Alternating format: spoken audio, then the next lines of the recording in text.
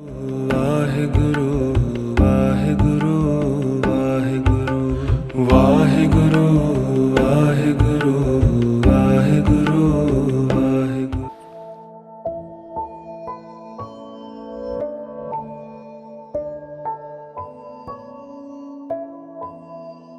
ਤਿੰਨਾਂ ਗੁਣਾਂ ਵਿੱਚ ਹੋ ਕੇ ਵੀ ਤਿੰਨਾਂ ਗੁਣਾਂ ਤੋਂ ਅਤੀਤ ਹੈ, ਤਿੰਨਾਂ ਕਾਲਾਂ ਵਿੱਚ ਹੋ ਕੇ ਵੀ ਉਹ ਕਾਲ ਅਤੀਤ ਹੈ, ਤਿੰਨਾਂ ਅਵਸਥਾਵਾਂ ਵਿੱਚ ਹੋ ਕੇ ਵੀ ਉਹ ਸਾਰੀਆਂ ਅਵਸਥਾਵਾਂ ਤੋਂ ਅਤੀਤ ਹੈ। ਉਹ ਹੈ ਇੱਕ ਓਂਕਾਰ, ਉਹਦਾ ਸਰਗੁਣ ਰੂਪ ਹੈ।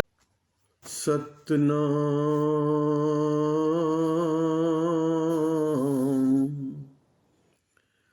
ਸਤਨਾਮ ਸ੍ਰੀ ਵਾਹਿਗੁਰੂ ਵਾਹਿਗੁਰੂ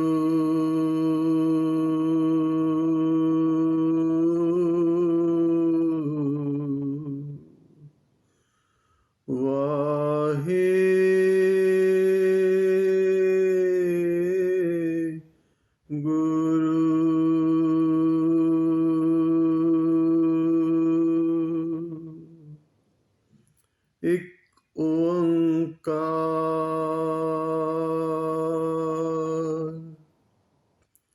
ਸਤਨਾਮ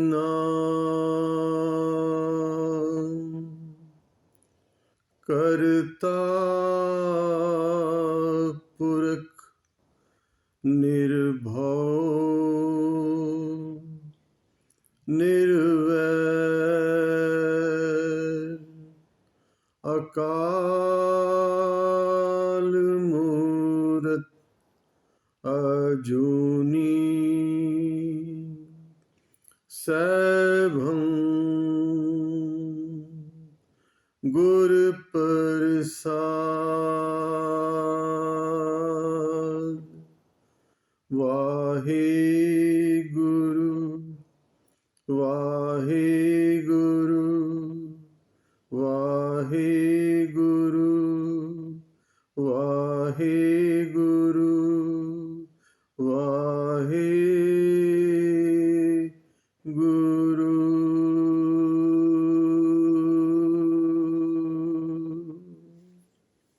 ਵਾਹਿਗੁਰੂ ਜੀ ਕਾ ਖਾਲਸਾ, ਵਾਹਿਗੁਰੂ ਜੀ ਕੀ ਫਤਿਹ। ਗੁਰੂ ਪਿਆਰੀ ਸਾਧ ਸੰਗਤ, ਇਹ ਜੋ ਕੁਛ ਦਿਨਾਂ ਤੋਂ ਪਾਵਨ ਬਾਣੀ ਸ੍ਰੀ ਅਨੰਦ ਸਾਹਿਬ ਜੀ ਕੀ ਵਿਚਾਰ ਚੱਲ ਰਹੀ ਹੈ, ਤੀਜੇ ਪਾਤਸ਼ਾਹ ਧੰਨ ਧੰਨ ਸਾਹਿਬ ਸ੍ਰੀ ਗੁਰੂ ਅਮਰਦਾਸ ਸਾਹਿਬ ਜੀ ਦੇ ਪਾਵਨ ਮੁਖਾਰਬੰਦ ਤੋਂ ਉਚਾਰਿਤ ਬਾਣੀ ਹੁਣ ਤੱਕ 14 ਪੌੜੀਆਂ ਦੀ ਵਿਚਾਰ ਹੋਈ ਹੈ। ਪਿਆਰੀ ਸਾਧ ਸੰਗਤ, ਆਓ 15ਵੀਂ ਪੌੜੀ ਤੋਂ ਇਸ ਬਾਣੀ ਦੀ ਵਿਚਾਰ ਆਰੰਭ ਕਰੀਏ। ਜੁੜੋ ਪਹਿਲੇ ਮੂਲ ਪਾਠ ਨਾਲ, ਫਿਰ ਅੱਗੋਂ ਜੈਸੀ ਜੈਸੀ ਮੇਰੇ ਸਤਿਗੁਰ ਬਖਸ਼ਿਸ਼ ਕਰਨਗੇ। ਜਿਉ ਤੂੰ ਚਲਾਏ ਤਿਵ ਚਲਹਿ ਸੁਆਮੀ, ਹੋਰ ਕਿਆ ਜਾਣਾ ਗੁਣ ਤੇਰੇ। ਜਿਵ ਤੂੰ ਚਲਾਏ ਤਿਵੈ ਚੱਲੈ, ਜਿਨਾ ਮਾਰਗ ਪਾਵਹਿ। ਕਰ ਕਿਰਪਾ ਜਿਨ ਨਾਮ ਲਾਏ, ਸੇ ਹਰ ਹਰ ਸਦਾ ਧਿਆਵਹਿ। ਜਿਸਨੋ ਕਥਾ ਸੁਨਾਏ ਆਪਣੀ, ਸੇ ਗੁਰਦੁਆਰੇ ਸੁਖ ਪਾਵਹਿ। ਕਹੈ ਨਾਨਕ ਸੱਚੇ ਸਾਹਿਬ, ਜਿਉ ਭਾਵੈ ਤਿਵੈ ਚਲਾਵਹਿ। ਕਹੈ ਨਾਨਕ ਸੱਚੇ ਸਾਹਿਬ, ਜਿਉ ਭਾਵੈ ਤਿਵੈ ਚਲਾਵਹਿ। ਇਸ ਪਾਵਨ ਪੌੜੀ ਵਿੱਚ ਗੁਰਦੇਵ ਅਤ ਨਿਮਰਤਾ ਵਿੱਚ ਆ ਕੇ ਸਾਡੇ ਸਾਰਿਆਂ ਲਈ ਅਰਦਾਸ ਕਰ ਰਹੇ ਹਨ। ਜਿਵੇਂ ਪਿਛਲੀ ਪੌੜੀ 'ਚ ਮੇਰੇ ਪਾਤਸ਼ਾਹ ਨੇ ਭਗਤਾਂ ਦੀ ਅਵਸਥਾ ਵਿੱਚ ਦਾ ਜ਼ਿਕਰ ਕਰਦਿਆਂ ਬਖਸ਼ਿਸ਼ ਕੀਤਾ, ਕਹੈ ਨਾਨਕ ਚਾਲ ਭਗਤਾਂ ਜੁਗਹ ਜੁਗ ਨਿਰਾਲੀ। ਤੇ ਇਸ ਪੌੜੀ ਵਿੱਚ ਅਰਦਾਸ ਕਰਦੇ ਹੋਏ ਗੁਰਦੇਵ ਬਖਸ਼ਿਸ਼ ਕਰਦੇ ਹਨ ਕਿ ਅਵਸਥਾ ਭਗਤ ਵਾਲੀ ਅਵਸਥਾ ਕਿਵੇਂ ਪ੍ਰਾਪਤ ਹੋਵੇ। ਗੁਰੂ ਅਗ ਚਰਨਾਂ ਵਿੱਚ ਅਰਦਾਸ ਕਰਦੇ, ਕਿਰਪਾ ਕਰਦੇ ਹਨ ਮੇਰੇ ਗੁਰਦੇਵ, ਜਿਉ ਤੂੰ ਚਲਾਏ ਤਿਵ ਚਲਹਿ ਸੁਆਮੀ। हे ਮੇਰੇ ਮਾਲਕ, हे परिपूर्ण परमात्मा अकाल पुरख वाहिगुरु, जिमें तू चलाए इन जनता के बस किछ नहीं, जिमें तू चलाए तिव चले। जिस तरह तेरा हुक्म होंदा है, जीव उस तरह ही तुरदे ने। होर क्या जाना गुण तेरे, और तेरी अवस्था दा, तेरे गुणां दा की व्याख्यान जीव कर सकता है। भाव, तू अनंत है, तेरी महिमा भी अनंत है। जिहवा एक कवन गुण कहिए, बेसुमार बेअंत स्वामी, तेरो अंत ना किन्ही लही। तेरे गुण बेशुमार ਹਨ ਪਾਤਸ਼ਾਹ, ਸਾਡੀ ਇੱਕ ਜੀਵਾ ਕੀ ਬਿਆਨ ਕਰ ਸਕਦੀ ਹੈ। ਹੋਰ ਕਿਆ ਜਾਣਾ ਗੁਣ ਤੇਰੇ, ਜਿਵ ਤੂੰ ਚਲਾਏ ਤਿਵੇਂ ਚੱਲੇ, ਜਿਨ੍ਹਾਂ ਮਾਰਗ ਪਾਵੇ। ਜਿਨ੍ਹਾਂ ਨੂੰ ਤੂੰ ਨਾਮ ਦੇ ਮਾਰਗ ਤੇ ਤੋਰ ਦੇਣਾ ਹੈ, ਆਪਣੀ ਸੇਵਾ ਸਿਮਰਨ ਭਗਤੀ ਦੇ ਮਾਰਗ ਤੋਰ ਦੇਣਾ ਹੈ, ਉਹ ਫਿਰ ਜੀਵ ਲੱਗ ਪੈਂਦੇ ਹਨ ਜਿਵ ਤੂੰ ਚਲਾਏ, ਕਿਉਂਕਿ ਚਲਾਉਣ ਵਾਲਾ ਤੂੰ ਆਪ ਹੈ। सब किश कीता तेरा होवे, जिव तू चलाए तिवे चले, जिना मार्ग पावे। कर कृपा जिन नाम लाए, से हर हर सदा त्यावे। जिन्हां ते तेरी बख्शिश हो गई, जिन्हां ते तेरी मेहर रहमत हो गई, वो फिर नाम दे रंग विच रंगे जाते हैं। यह तेरी कृपा दी निशानी है पातशाह, ਇਹ ਤੇਰੀ ਬਖਸ਼ਿਸ਼ ਦੀ ਨਿਸ਼ਾਨੀ ਹੈ। ਜਿਨ੍ਹਾਂ ਨੂੰ ਤੂੰ ਨਾਮ ਨਾਲ ਜੋੜ ਦਿੰਦਾ ਹੈ, ਸੰਸਾਰ ਦੇ ਹੋਰ ਪਦਾਰਥਾਂ ਤੋਂ ਮੋਹ ਮਾਇਆ ਦੇ ਜਾਲ ਵਿੱਚੋਂ ਕੱਢ ਲੈਣਾ ਹੈ। ਕਰ ਕਿਰਪਾ, ਇਹ ਤੇਰੀ ਕਿਰਪਾ ਹੈ। ਜਿਨ ਨਾਮ ਲਾਏ ਸੇ ਹਰ ਹਰ ਸਦਾ ਧਿਆਵੇ। ਮੈਨੂੰ ਇੱਕ ਦਿਨ ਦੀ ਗੱਲ ਯਾਦ ਆ ਰਹੀ ਹੈ। ਮਹਾਂਪੁਰਸ਼ਾਂ ਪਾਸ ਬੈਠੇ ਸੀ ਤੇ ਇੱਕ ਸਿੰਘ ਦਾ ਚੱਲ ਕੇ ਆਇਆ ਤੇ ਸੁਭਾਵਕ ਹੀ ਮਹਾਂਪੁਰਸ਼ਾਂ ਨੇ ਸਵਾਲ ਕੀਤਾ, ਸੁਣਾ ਭਾਈ ਕੀ ਹਾਲ ਤੇਰਾ? ਕਹਿੰਦਾ ਜੀ ਐਨ ਚੜ੍ਹਦੀ ਕਲਾ। ਮਹਾਂਪੁਰਸ਼ਾਂ ਨੇ ਕੋਲ ਬਿਠਾ ਲਿਆ, ਭਈ ਚੜ੍ਹਦੀ ਕਲਾ ਕਿਹਨੂੰ ਕਹਿੰਦੇ? ਉਹ ਚੁੱਪ ਕਰ ਗਿਆ। ਕਹਿਣ ਲੱਗੇ ਬਹੁਤ ਧਨ ਹੋ ਗਿਆ ਹੈ, सेहत चंगी है, परिवार खुश है, क्या ऐसे ਨੂੰ ਹੀ ਚੜ੍ਹਦੀ ਕਲਾ ਕਹਿੰਦੇ? ਕੁਝ ਹੋਰ ਵੀ ਹੈ। ਹੁਣ ਉਹਦੇ ਕੋਲ ਕੋਈ ਜਵਾਬ ਨਹੀਂ ਸੀ। ਮਹਾਂਪੁਰਸ਼ ਕਹਿਣ ਲੱਗੇ, ਤੇਰੀ ਅੰਦਰ ਦੀ ਅਵਸਥਾ ਕਿੱਥੇ ਪਹੁੰਚੀ ਹੈ? ਤੂੰ ਰੱਬ ਤੱਕ ਚੱਲ ਪਹੁੰਚਣ ਦੇ ਮਾਰਗ 'ਚ ਕਿੰਨਾ ਕੁ ਅੱਗੇ ਤੁਰਿਆ ਹੈ? ਗੱਲ ਤੇ ਆਤਮ ਤੱਤ ਦੀ ਕਰਨੀ ਹੈ ਕਿ ਸਾਡਾ ਜਿਹੜਾ ਅੰਤਸ਼ਕਰਨ ਹੈ ਉਹ ਰੱਬ ਤੱਕ ਤੁਰਿਆ ਕਿ ਨਹੀਂ ਤੁਰਿਆ, ਰੱਬ ਵੱਲ ਤੁਰਿਆ ਕਿ ਨਹੀਂ ਤੁਰਿਆ, ਕਿਸੇ ਅਵਸਥਾ 'ਤੇ ਪਹੁੰਚਿਆ ਕਿ ਨਹੀਂ ਪਹੁੰਚਿਆ। ਤਨ ਅਸਬਾਬ ਮਹਿਲ ਮਾੜੀਆਂ ਤੇ ਬਹੁਤਿਆਂ ਕੋਲ ਨੇ। ਔਰ ਉਸ ਦਿਨ ਇੱਕ ਬੜੇ ਮਨੋਹਰ ਬਚਨ ਮਹਾਂਪੁਰਸ਼ਾਂ ਨੇ ਕੀਤੇ। ਕਹਿਣ ਲੱਗੇ, ਦੇਖੋ ਦੁਨੀਆ 'ਤੇ ਬੜੇ ਬੜੇ ਧਨੀ, ਬੜੇ ਬੜੇ ਵੱਡੇ ਪਰਿਵਾਰਾਂ ਵਾਲੇ, ਜਿਸ ਤਰ੍ਹਾਂ ਬਾਣੀ 'ਚ ਵੀ ਪਾਤਸ਼ਾਹ ਨੇ ਕਿਹਾ ਹੈ, राम गयो रावण गयो जाको बहु परवार, 1 ਲੱਖ पूत 1.25 ਲੱਖ नाती, ते रावण घर दिया न बाती। बड़े बड़े धनी, बड़े बड़े परिवार वाले, बड़े बड़े महाबली योद्धे संसार ते आए, पर कुछ 10 साल बाद, कुछ 20 साल बाद, कुछ 30 साल बाद, कुछ 50 साल बाद ਸੰਸਾਰ ਉਹਨਾਂ ਨੂੰ ਭੁੱਲ ਗਿਆ। ਲੇਕਿਨ ਘਰਾਂ ਵਿੱਚ ਤਸਵੀਰ ਕੋਈ ਸਾਧੂ ਸੰਤ ਮਹਾਂਪੁਰਸ਼ ਕਰਨੀ ਵਾਲਾ, ਕੋਈ ਬ੍ਰਹਮ ਗਿਆਨੀ, ਭਲੇ ਹੀ ਕੋਈ ਨਹੀਂ ਪੁੱਛਦਾ ਕਿ ਉਹ ਕਿਹੜੀ ਕੁਲ ਤੋਂ ਸਨ, ਕਿਹੜੇ ਸਮਾਜ ਤੋਂ ਸਨ, ਕਿੰਨਾ ਕੁ ਧਨ ਅਸਬਾਬ ਪਿੱਛੇ ਛੱਡ ਗਏ, ਕਿੰਨਾ ਕੁ ਪਰਿਵਾਰ ਪਿੱਛੇ ਛੱਡ ਗਏ। ਹਰ ਕੋਈ ਉਹਨਾਂ ਦੀ ਭਗਤੀ ਦੀ ਗੱਲ ਕਰਦਾ ਹੈ। ਆਪ ਦੇਖ ਲਓ, ਘਰਾਂ ਵਿੱਚ ਜਾ ਕੇ ਗੁਰੂ ਮਹਾਰਾਜ ਤੋਂ ਇਲਾਵਾ ਜੇ ਕਿਸੇ ਦੀ ਤਸਵੀਰ ਮਿਲੇਗੀ ਤੇ ਸੰਤ ਅਤਰ ਸਿੰਘ ਜੀ ਮਸਤੂ ਆਣੇ ਵਾਲਿਆਂ ਦੀ, ਬਾਬਾ ਹਰਬੰਸ ਸਿੰਘ ਜੀ ਕਾਰ ਸੇਵਾ ਵਾਲਿਆਂ ਦੀ, ਬਾਬਾ ਸ਼ਾਮ ਸਿੰਘ ਜੀ ਦੀ, ਮਹੰਤ ਬਾਬਾ ਗੁਰਮੁਖ ਸਿੰਘ ਜੀ ਦੀ, ਹੋਰ ਅਨੇਕਾਂ ਸੰਤਾਂ ਮਹਾਂਪੁਰਸ਼ਾਂ ਦੀਆਂ ਤਸਵੀਰਾਂ, ਸ਼ਿਰੜੀ ਵਾਲੇ ਸਾਈਂ ਬਾਬਾ ਦੀ, ਬਾਬਾ ਫਰੀਦ ਜੀ ਦੀ, ਭਗਤ ਕਬੀਰ ਜੀ ਦੀ, ਭਗਤ ਰਵਿਦਾਸ ਜੀ ਦੀ, ਭਗਤ ਨਾਮਦੇਵ ਜੀ ਦੀ, ਇਹ ਤਸਵੀਰਾਂ ਨਜ਼ਰ ਆਉਣਗੀਆਂ।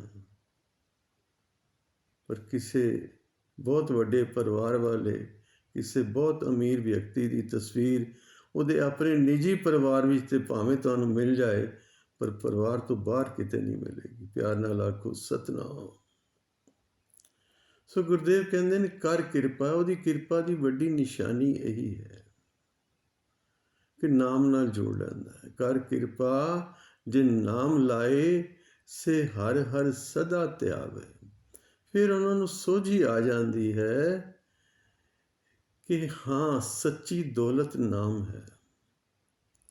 ਸੱਚੀ ਬਖਸ਼ਿਸ਼ ਜੋ ਗੁਰੂ ਕਰਦਾ ਹੈ, ਕਿਰਪਾ ਦ੍ਰਿਸ਼ਟੀ ਕਰਕੇ ਨਾਮ ਦੀ ਦਾਤ ਦਿੰਦਾ ਹੈ, ਸੇਵਾ ਦੀ ਦਾਤ ਦਿੰਦਾ ਹੈ, ਸਿਮਰਨ ਦੀ ਦਾਤ ਦਿੰਦਾ ਹੈ, ਪਰਉਪਕਾਰ ਨਾਲ ਜੋੜਦਾ ਹੈ, ਨਿਮਰਤਾ ਦੀ ਦਾਤ ਦਿੰਦਾ ਹੈ, ਹਲੀਮੀ ਦੀ ਦਾਤ ਦਿੰਦਾ ਹੈ।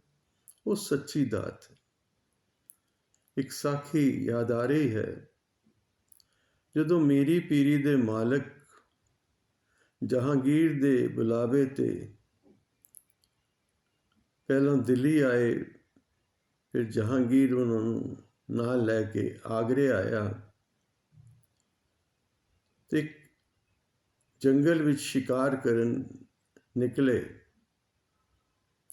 ਇੱਕ ਪਾਸੇ ਤੰਬੂ ਜਾਂ ਡੇਰੇ ਲੱਗ ਗਏ ਜਹਾਂਗੀਰ ਦੇ, ਇੱਕ ਪਾਸੇ ਡੇਰੇ ਲੱਗ ਗਏ ਮੀਰੀ ਪੀਰੀ ਦੇ ਮਾਲਿਕ ਧੰਨ ਗੁਰੂ ਹਰਗੋਬਿੰਦ ਸਾਹਿਬ ਜੀ ਦੇ। ਇੱਕ ਗਰੀਬ ਘਾਹ ਕੱਟਣ ਵਾਲਾ, ਜੰਗਲਾਂ ਤੋਂ ਲੱਕੜੀਆਂ ਕੱਢ ਕੇ ਲਿਆ ਕੇ ਵੇਚਣ ਵਾਲਾ, ਘਾਹ ਘੋੜਿਆਂ ਲਈ ਇਕੱਠਾ ਕਰਕੇ ਵੇਚਣ ਵਾਲਾ, ਉਹਨੂੰ ਪਤਾ ਸੀ ਮੇਰੇ ਮੀਰੀ ਪੀਰੀ ਦੇ ਮਾਲਿਕ ਆਏ ਨੇ ਤੇ ਅੱਜ ਚਾਅ ਚੜ੍ਹਿਆ ਕਿ ਮੈਂ ਵੀ ਚੱਲ ਕੇ ਗੁਰੂ ਦੇ ਦਰਸ਼ਨ ਕਰਾਂ, ਕੋਈ ਅਦੁੱਤੀ ਦਾਤ ਉਸ ਪਾਸੋਂ ਲਵਾਂ।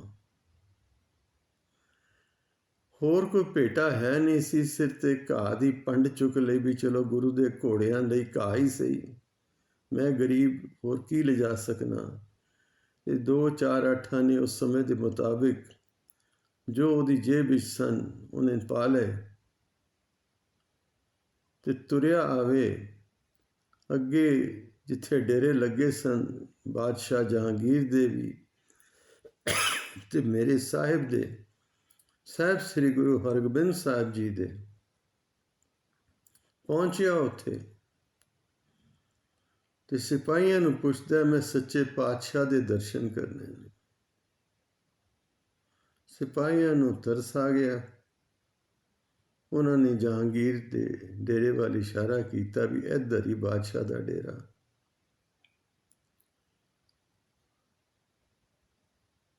ਚੱਲ ਮਿਲਾ ਦੇਨੇ।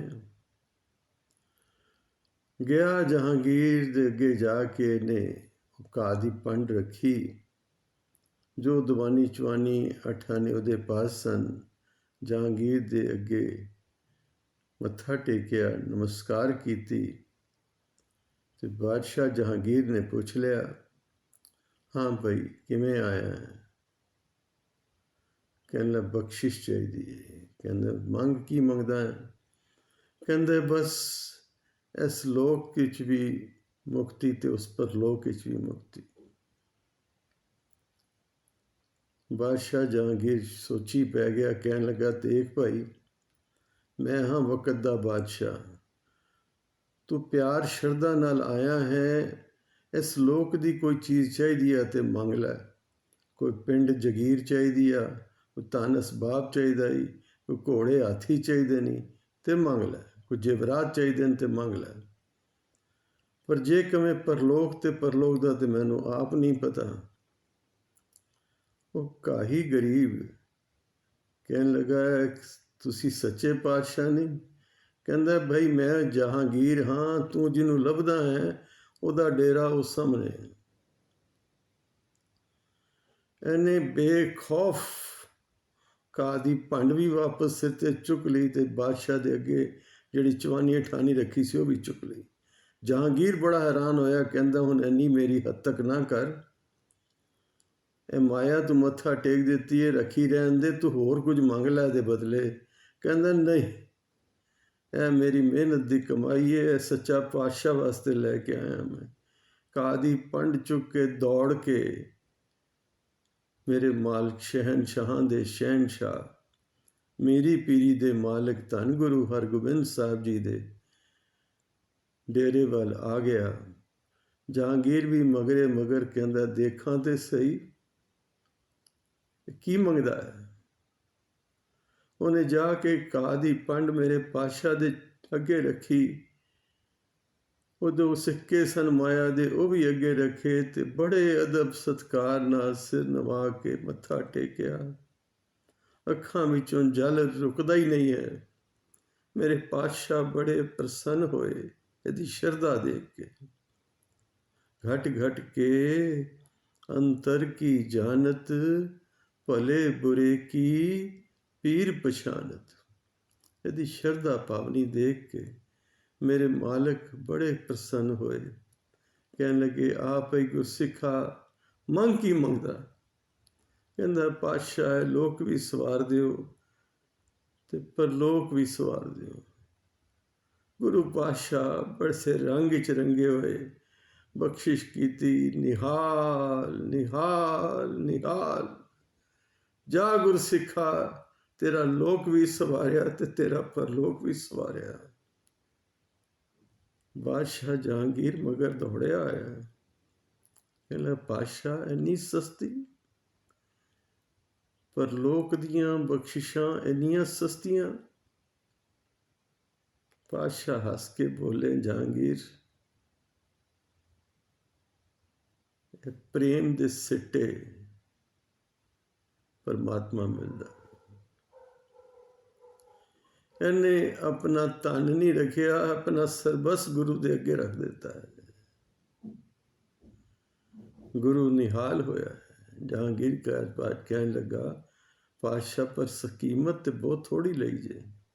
ਕਹਿਣ ਲੱਗੇ, ਤੂੰ ਬਦਲੇ ਵਿੱਚ ਕੀ ਦਿੰਦਾ ਸਾ? ਕਹਿੰਦਾ, ਮੈਂ ਤੇ ਦੁਨੀਆ ਦੇ ਪਦਾਰਥ ਨੂੰ ਆਫਰ ਕੀਤੇ ਸਨ, ਧਨ ਅਸਬਾਬ ਗਿਆ, ਜਗੀਰਾਂ ਕਹੀਆਂ, ਜੇ ਹੋਰ ਵੀ ਕੁਝ ਮੰਗਦਾ ਇਸ ਲੋਕ ਦਾ ਮੈਂ ਦੇ ਦਿੰਦਾ। ਕਹਿਣ ਲੱਗੇ, ਇਹਨੇ ਲਿਆ ਤੇ ਨਹੀਂ? ਫਿਰ ਇਹਨੇ ਲਿਆ ਤੇ ਨਹੀਂ ਨਾ,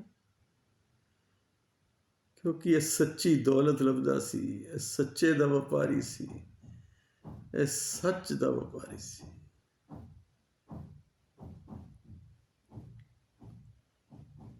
ਇਹ ਜੋ ਲੈਣ ਆਇਆ ਸੀ ਉਹ ਇਹਨੂੰ ਪ੍ਰਾਪਤ ਹੋਇਆ।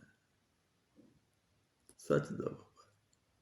ਹਰ ਕੇ ਨਾਮ ਕੇ ਵਿਆਪਾਰੀ, ਕਿਨਹੀ ਬਣ ਜਿਆ ਕਾਂਸੀ ਤਾਂਬਾ, ਕਿਨਹੀ ਲੌਂਗ ਸੁਪਾਰੀ, ਸੰਤੋਂ ਬਣ ਜਿਆ ਨਾਮ ਗੋਬਿੰਦ ਕਾ, ਇਹਾ ਖੇਪ ਹਮਾਰੀ।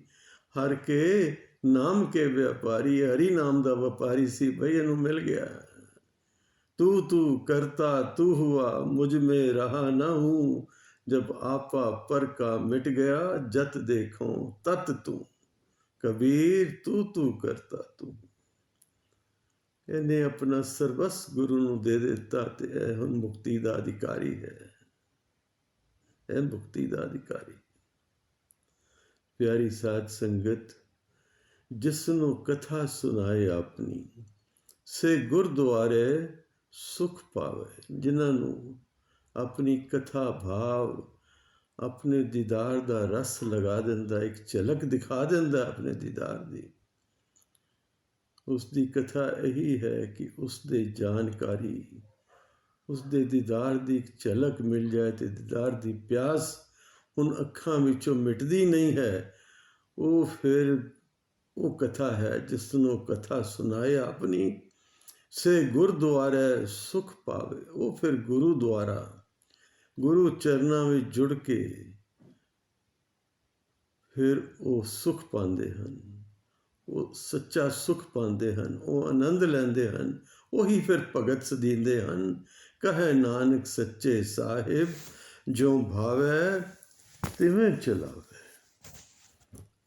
ਕਹੇ ਨਾਨਕ ਸੱਚੇ ਸਾਹਿਬ, ਜੋ ਭਾਵੈ ਤਿਵੇਂ ਚਲਾਵੇ। ਪਾਤਸ਼ਾਹ ਅਗਲੀ ਪੌੜੀ ਵਿੱਚ ਕਿਰਪਾ ਕਰਦੇ ਹਨ। ਇਹ ਸੁਹੇਲਾ ਸਬਦ ਸੁਹਾਵਾ, ਸਬਦੋ ਸੁਹਾਵਾ, ਸਦਾ ਸੁਹੇਲਾ ਸਤਿਗੁਰੂ ਸੁਨਾਇਆ। ਫਿਰ ਉਹਨਾਂ ਨੂੰ ਗੁਰੂ, ਉਹ ਪਰਮੇਸ਼ਰ ਦਾ ਮੰਗਲ ਗੀਤ, ਉਹ ਨਾਮ, ਉਹ ਸੱਚੀ ਧੁਨ ਬਖਸ਼ਿਸ਼ ਕਰਦਾ ਹੈ। ਇਹ ਸੁਹੇਲਾ ਭਾਵ ਮੰਗਲ ਗੀਤ, ਸਬਦ ਸੁਹਾਵਾ, ਇਹ ਬੜਾ ਸੁਹਾਵਨਾ ਹੈ। ਜਿਨ੍ਹਾਂ ਨੇ ਇਹ ਰਸ ਮਾਣਿਆ ਹੈ, ਜਿਨ ਇਹ ਚਾਖੀ ਸੋਈ ਜਾਣੇ, ਗੂੰਗੇ ਕੀ ਮਠਿਆਈ। ਸਬਦੋ ਸੁਹਾਵਾ ਸਦਾ ਸੁਹੇਲਾ, ਸਤਿਗੁਰੂ ਸੁਨਾਇਆ। ਇਹ ਤਿਨ ਕੈ ਮਨ ਵਸਿਆ, ਜਿਨ ਧੁਰੋਂ ਲਿਖਿਆ ਹੈ। ਤੇ ਧੁਰੋਂ ਹੀ ਕੋਈ ਚੰਗੇ ਕਰਮ ਕੀਤੇ ਹੋਣ, ਜਨਮਾਂ ਜਨਮਾਂਤਰਾਂ ਦੀ ਤਪੱਸਿਆ ਹੋਵੇ, ਤੇ ਤਾਂ ਸੱਚੇ ਗੁਰੂ ਦੇ ਦੀਦਾਰ ਹੁੰਦੇ ਹਨ। ਤੇ ਸੱਚੇ ਗੁਰੂ ਦੇ ਦੀਦਾਰ ਸਦਕਾ ਨਾਮ ਉਪਦੇਸ਼ ਦੀ ਦਾਤ ਪ੍ਰਾਪਤ ਹੁੰਦੀ ਹੈ। ਉਹ ਸੁਹੇਲਾ, ਉਹ ਮੰਗਲ ਗੀਤ ਪ੍ਰਾਪਤ ਹੁੰਦਾ ਹੈ, ਜਿਸ ਨੂੰ ਜਪ ਕੇ, ਜਿਸ ਨੂੰ ਗਾ ਗਾ ਕੇ ਪਰਿਪੂਰਨ ਪਰਮਾਤਮਾ ਵਿੱਚ ਏਕਤਾ ਮਿਲਦੀ ਹੈ। ਇਹ ਤਿਨਕੇ ਮਨ ਵਸਿਆ, ਜਿਨ ਧੁਰੋਂ ਲਿਖਿਆ ਆਇਆ। ਜਿਨ੍ਹਾਂ ਦੇ ਧੁਰੋਂ ਹੀ ਕਰਮ ਪਏ ਹੋਣ, ਫਿਰ ਉਹਨਾਂ ਨੂੰ ਇਹ ਦਾਤ ਪ੍ਰਾਪਤ ਹੁੰਦੀ ਹੈ। ਉਹਨਾਂ ਦੇ ਮਨ ਵਿੱਚ ਫਿਰ ਨਾਮ ਟਿਕ ਜਾਂਦਾ ਹੈ। ਇੱਕ ਫਿਰੇ ਕਨੇਰੇ ਕਰੇ ਗੱਲਾਂ, ਗੱਲੀ ਕਿਨੇ ਨਾ ਪਾਇਆ। ਇੱਕ ਬਹੁਤੇ ਐਸੇ ਨੇ ਜਿਹੜੇ ਗੱਲਾਂ ਨਹੀਂ, ਬਾਤਾਂ ਨਹੀਂ ਅਸਮਾਨ ਗਿਰਾਵੇ। ਪਾਤਸ਼ਾਹ ਜਿਵੇਂ ਜਪਜੀ ਸਾਹਿਬ ਦੀ ਪੌੜੀ ਵਿੱਚ ਕਿਰਪਾ ਕੀਤੀ, ਧੰਨ ਗੁਰੂ ਨਾਨਕ ਦੇਵ ਜੀ ਨੇ, ਸੁਣ ਗੱਲਾਂ ਆਕਾਸ਼ ਕੀ, ਕੀਟਾ ਆਈ ਰੀਸ। ਆਕਾਸ਼ ਦੀਆਂ ਗੱਲਾਂ ਸੁਣ ਸੁਣ ਕੇ ਕੀੜਾ ਵੀ ਸੋਚਦਾ ਮੈਂ ਆਕਾਸ਼ ਹੀ ਚੁੜ ਲਵਾਂ। ਇਹ ਤੇ ਨਾਨਕ ਨਦਰੀ ਪਾਈ ਹੈ, ਕੂੜੀ ਕੂੜਾ ਠੀਸ। ਇਹ ਤੇ ਉਹਦੀ ਕਿਰਪਾ ਹੋਵੇ ਤੇ ਨਾਮ ਨਾਲ ਜੁੜਿਆ ਜਾ ਸਕਦਾ। ਬਾਕੀ ਤੇ ਓਛੇ ਮਨੁੱਖ ਦੀਆਂ ਓਛੀਆਂ ਗੱਲਾਂ ਹੀ ਨੇ ਨਾ, ਗੱਪਾਂ ਹੀ ਨੇ ਨਾ। ਮੇਰੇ ਪਾਤਸ਼ਾਹ ਕਹਿ ਰਹੇ ਨੇ, ਇੱਕ ਫਿਰੇ ਕਨੇਰੇ ਕਰੇ ਗੱਲਾਂ, ਗੱਲੀ ਕਿਨੇ ਨਾ ਪਾਇਆ। ਗੱਲੀ ਜੋਗ ਨਾ ਹੋਈ, ਗੱਲਾਂ ਨਾਲ ਨਹੀਂ ਮਿਲਦਾ। ਇੱਕ ਫਿਰੇ ਕਨੇਰੇ ਕਰੇ ਗੱਲਾਂ, ਗਲੀ ਕਿਨੇ ਨਾ ਪਾਇਆ। ਕਹੇ ਨਾਨਕ ਸਬਦ ਸੁਹੇਲਾ, ਸਤਿਗੁਰੂ ਸੁਨਾਇਆ। ਇਹ ਮੰਗਲ ਗੀਤ, ਇਹ ਸੁਹੇਲਾ ਮੇਰਾ ਸਤਿਗੁਰੂ ਆਪ ਸੁਣਾਉਂਦਾ ਹੈ। ਭਾਵ ਉਹ ਆਪ ਨਾਮ ਦੀ ਦਾਤ ਰੂਪੀ ਮੰਗਲ ਗੀਤ ਬਖਸ਼ਿਸ਼ ਕਰਦਾ ਹੈ, ਜਿਹਨੂੰ ਗਾ ਗਾ ਕੇ ਫਿਰ ਸੁਨਾਮ ਦਾ ਰਸ ਆਉਂਦਾ ਹੈ। ਅਤੇ ਜਿਹਨੂੰ ਰਸ ਆ ਗਿਆ, ਜਾਗ ਪਾਤਸ਼ਾਹ ਬਖਸ਼ਿਸ਼ ਕਰਦੇ ਨੇ ਬਾਣੀ ਵਿੱਚ, ਜਾ ਕੋ ਰਸ ਹਰ ਰਸ ਹੈ ਆਇਓ, ਸੋ ਅਨਰਸ ਨਾ ਹੀ ਲਪਟਾਇਓ। ਫਿਰ ਨਾਮ ਤੋਂ ਇਲਾਵਾ ਉਹਨਾਂ ਨੂੰ ਕੋਈ ਹੋਰ ਗੱਲ ਚੰਗੀ ਲੱਗਦੀ ਨਹੀਂ। ਬਸ ਇੱਕ ਪ੍ਰਭੂ ਦਾ ਨਾਮ ਹੀ ਚੰਗਾ ਲੱਗਦਾ ਹੈ। ਉਸ ਦੇ ਗੁਣ ਗਾਣੇ ਹੀ ਚੰਗੇ ਲੱਗਦੇ ਨੇ। ਉਸ ਦੀਆਂ ਗੱਲਾਂ ਹੀ, ਉਹਦੀਆਂ ਕਥਾ ਕਹਾਣੀਆਂ ਹੀ ਚੰਗੀਆਂ ਲੱਗਦੀਆਂ ਹਨ। ਪਾਤਸ਼ਾਹ ਕਿਰਪਾ ਕਰਦੇ ਹਨ। ਕਹੇ ਨਾਨਕ ਸਬਦ ਸੁਹੇਲਾ, ਸਤਿਗੁਰੂ ਸੁਨਾਇਆ। ਇਹ ਸਤਿਗੁਰੂ ਆਪ ਕਿਰਪਾ ਕਰਦਾ ਹੈ, ਨਾਮ ਰੂਪੀ ਮੰਗਲ ਗੀਤ ਬਖਸ਼ਿਸ਼ ਕਰਦਾ ਹੈ, ਸੁਣਾਉਂਦਾ ਹੈ। ਔਰ ਫਿਰ ਇਹ ਲੋਕ ਸੁਖੀਏ ਪਰ ਲੋਕ ਸੁਹੇਲੇ, ਨਾਨਕ ਹਰ ਪ੍ਰਭ ਆਪੇ ਮੇਲੇ। ਅੱਜ ਇਤਨੀ ਹੀ ਸੇਵਾ ਪ੍ਰਵਾਨ ਕਰਨੀ ਪਿਆਰੀ ਸਾਧ ਸੰਗਤ। ਬਾਣੀ ਅਗਾਧ ਬੋਧ ਹੈ। ਬਾਣੀ ਪੜ੍ਹਦਿਆਂ, ਬਾਣੀ ਵਿਚਾਰਦਿਆਂ ਅਨੇਕ ਭੁੱਲਾਂ ਹੋ ਜਾਂਦੀਆਂ ਹਨ।